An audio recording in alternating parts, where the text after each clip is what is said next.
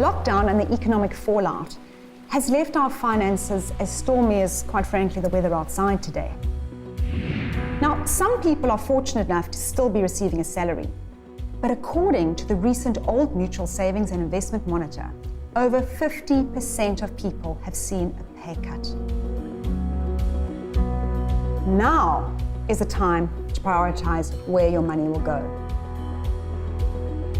Find out what it really costs you to live, not just what you think it costs. Excel has a great budgeting app to get you started. Go over your bank, credit, and store card statements for the first 3 months of this year, and then compare it to what you are spending your money on now. The one benefit of lockdown is that we discovered how much unnecessary spending we do, because the government literally told us what was essential and what was not. You may find that working from home, as I am, costs you more in groceries and electricity, but you are saving on transport and general spending like eating out and clothes shopping. And also remember to use any loyalty rewards to help pay for basic essentials.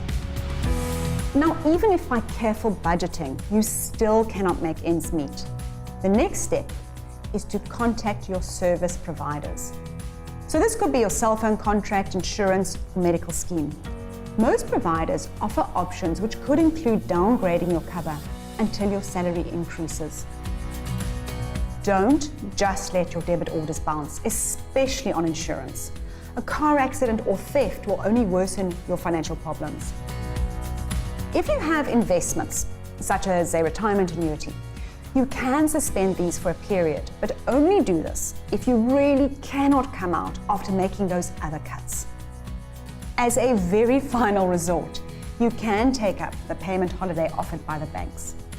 But this should not be your first action, as these debt holidays end up costing a lot more money than you realize and can significantly add to the period of your loan.